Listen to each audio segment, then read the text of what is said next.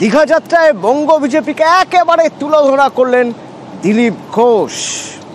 একের পর এক তার তীক্ষ্ণ বাণ বঙ্গ বিজেপির বর্তমান দশা নিয়ে খোঁচা দিলেন। দলের কিছু লোক খুব কষ্ট পেয়েছেন বলে খোঁচা দিলেন এবং দাবি করলেন তার নেতৃত্বে বঙ্গ বিজেপির হাল ভালো ছিল, যতদিন দলে বিভেদ ছিল না ততদিন ভালো ছিল। দিলীপ ঘোষ 10 বছর আগে যে রাজনীতি করছে আজও সেটা করছে। অনেকের রাজনীতি পাল্টে গেছে, অনেকে পার্টি পাল্টে ফেলেছে। দিলীপ ঘোষ এসব করতে হয় না। তৃণমূলে যোগ দিতে পারেন এমন কোথাও বলছে কেন? কি আমার খারাপ সময় এসছে? অনেক নেতা ঘুরে বেড়াচ্ছে, প্রতি সিজনে পরে ইলেকশনে পার্টি পাল্টায়। দিলীপ ঘোষ পাল্টেছে? দিলীপ ঘোষ অন্য পার্টিকে পাল্টে দিয়েছে, পশ্চিমবঙ্গকে পাল্টে দিয়েছে, বিজেপিকে পাল্টে দিয়েছে। আগামী দিনে পশ্চিমবাংলায় বাকি পরিবর্তনটা হবে। এই কোথাও বলেছে পার্টি যে কেউ যাবে না মন্দিরে? আমাকে নিমন্ত্রণ করছে, আমি এসেছি, আমার সাহস আছে। তাহলে তো রাম মন্দিরে এত লক্ষ লক্ষ লোক গেল কেন? কুম্ভ মেলায় তো কোটি কোটি লোক গেছে। মমতা ব্যানার্জিও মানা করেছিলেন, কিন্তু তার পার্টির নেতা এমএলএ এমপিরা সবাই চলে গেছে। তারা কি অন্যায় করেছে? পার্টি থেকে বহিষ্কার করে দিচ্ছে নাকি? কে মন্দির করলো সেটা গৌণ। ভগবান আছেন, তার সঙ্গে আমার সম্পর্ক আছে। পার্টি যদি জানতে চাই আমি জানিয়ে দেবো। দিলীপ ঘোষের সমালোচনা করলেও প্রচার হয়। দিলীপ ঘোষ তার সোজা রাস্তায় চলে, সবসময় চলেছে, আজও চলবে। রোজ রাস্তা পাল্টায় না, দল পাল্টায় না, জামা পাল্টায় না। আমি বিজেপির লোকেদের শিখিয়েছি চোখে চোখ রেখে কথা বলতে। কারণ দিলীপ ঘোষ গেলে হারিয়ে যাবে, যারা কান্নাকাটি করছে তারা বিজেপি বোঝে না। এটা পঞ্চায়েত জেতাতে পারে না। তুমি কত বছর পার্টি করছো তাতে কি যায় আসে? পার্টি তোমার কাছ থেকে কি পেয়েছে? দিলীপ ঘোষ পার্টির কাছ থেকে কোনোদিন পদ চায়নি, কোনোদিন টিকিট চায়নি। দিলীপ ঘোষকে পার্টি যা দিয়েছে তার কয়েক গুণ ফিরিয়ে দিয়েছে। তোমরা কি দিয়েছো পার্টিকে? পার্টি কতটা লাভবান হয়েছে? তোমরা তো পার্টিতে ছিলে। পার্টি কোথায় ছিল? দিলীপ ঘোষ লড়তে শিখিয়েছে, জিততে শিখিয়েছে। আর আগামী জিত যদি হয় পার্টিতে, আমি তাকে জিতিয়ে দেখাবো, কারণ আমি যাওয়ার পরে হারতে শিখেছে পার্টি। কিন্তু দিলীপ ঘোষের এই বক্তব্য আজ কেন? এর প্রেক্ষিতটা তৈরি হয়ে গিয়েছিল গতকালই।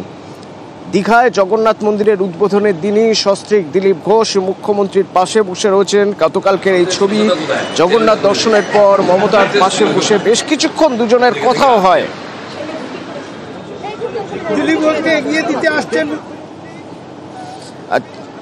আর জানিয়ে বিজেপি নেতারা তাদের ক্ষোভ প্রকাশ করেন।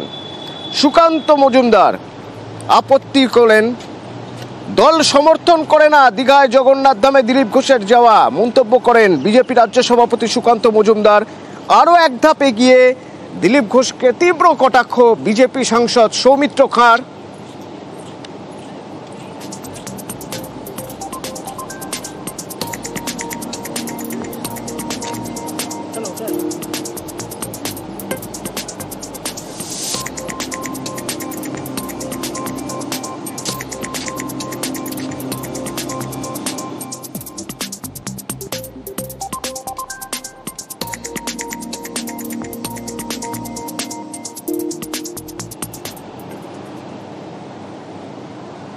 আর তারপরেই আজ দেখা গেল অনেক দিন পর স্বমহিমায় দিলীপ ঘোষ, সেই দিলীপ ঘোষ যাকে কিছু বললে পরের দিনই দিলীপ ঘোষ চাচা ছোলা জবাব দেন।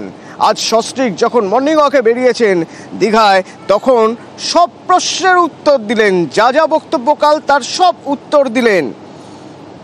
বলছেন যতদিন দলে বিভেদ ছিল না ততদিন ভালো ছিল, অপসংস্কৃতি পার্টিকে ডুবিয়েছে। বঙ্গ বিজেপির বর্তমান দশা নিয়ে খোঁচা দিলেন দিলীপ ঘোষ। বললেন দলের কিছু লোক খুব কষ্ট পেয়েছেন।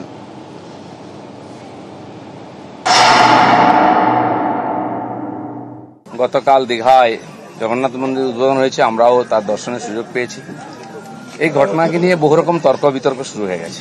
পশ্চিমবাংলায় সবকিছু তো রাজনীতি হয়, হয়েওছে, কিন্তু আমার খুব মজা লাগছে। আমার পার্টির কিছু লোক খুব কষ্ট পেয়েছেন।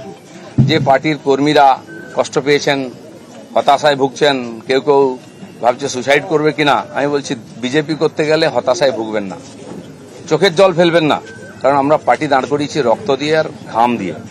যেন বিজেপির কর্মীরা পেছনে তাকায় না, ভয় পায় না, সন্দেহ করে না।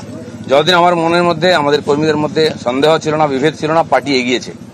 যেদিন থেকে এই ধরনের অপসংস্কৃতি ঢুকেছে তখন থেকে পার্টি পিছোচ্ছে। দিলীপ ঘোষ 42 বছর ধরে ঘরবাড়ি ছেড়ে সমাজের কাজ করছে, 10 বছর রাজনীতি করছে। দিলীপ ঘোষের দিকে আঙুল তোলার হিম্মত কারণে না পক্ষে না বিপক্ষে, যে কোনো ধরনের আমি চ্যালেঞ্জ করছি। যাদেরকে আমি নিয়ে এসে নেতা বানিয়েছি, যারা বিজেপি দেশে করে খাচ্ছে, তাদেরই বেশি পেট ব্যথা হচ্ছে।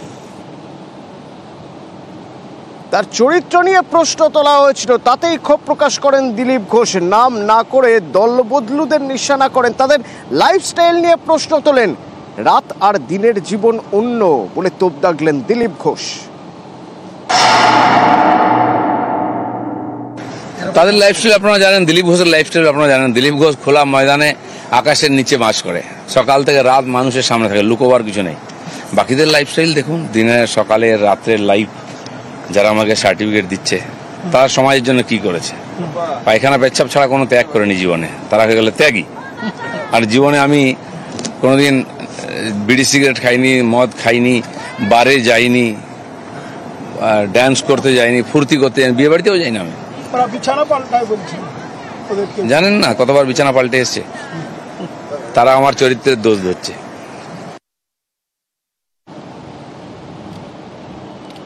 দিলীপ ঘোষের এই বক্তব্যের পাল্টা বিজেপি সাংসদ সৌমিত্র খাঁ কি বললেন?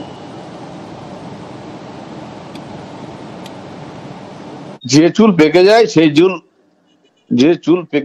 চুল পড়ে যায়।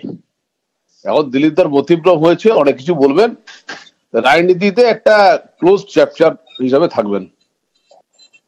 ওই যে দিলীপ ঘোষ তার সোজা রাস্তায় চলে, দল পাল্টায় না, রাস্তা পাল্টায়। একটা কথাই বললাম যে মাথার চুল যখন পাকা হয়ে যায়, সাদা হয়ে যায়, যখন মতিভ্রম হয়, তখন আর সেই মাথার সাদা চুলটা যখন মাথা থেকে পড়ে যায় কোনো দাম থাকে না। ঠিক দিলীপ বাবুর মতিভ্রম হয়েছে, ওটা এখন বাংলার পলিটিক্সে ক্লোজ চ্যাপ্টার, ওটা আর কোনো চ্যাপ্টারই নয়। দিলীপ বাবু বলছেন যে দিলীপ ঘোষকে দল পাল্টাতে হয় না, অনেকে নেতা ঘুরে বেড়াচ্ছে। দিলীপ ঘোষ এখন বাংলার রাজনীতিতে ক্লোজ চ্যাপ্টার। দিলীপ ঘোষ এখন ক্লোজ চ্যাপ্টার, ওটার রাজনীতির কোনো চ্যাপ্টার নয়। বলছে দল কোথায় কি বললো কিছু যায় আসে না, মন্দিরে যাব, নিমন্ত্রণ করেছে, আমি আমার সাহস আছে। বললাম একটা কথা, দিলীপ ঘোষ গতকাল থেকে বাংলার রাজনীতিতে একটা ক্লোজ চ্যাপ্টার।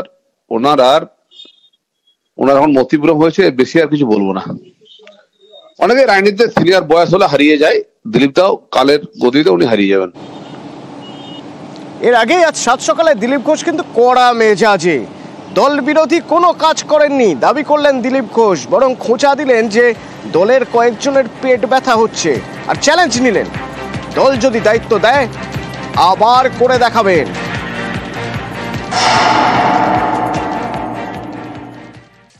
দিলীপ ঘোষকে বিজেপি শেখাচ্ছে, ডিসিপ্লিন শেখাচ্ছে, হিন্দুত্ব শেখাচ্ছে। তাদের 5-10 বছরের আগের ইতিহাস দেখুন, তারা হিন্দুত্বের জন্য কি করেছে, বিজেপির জন্য কি করেছে, দেশের জন্য কি করেছে।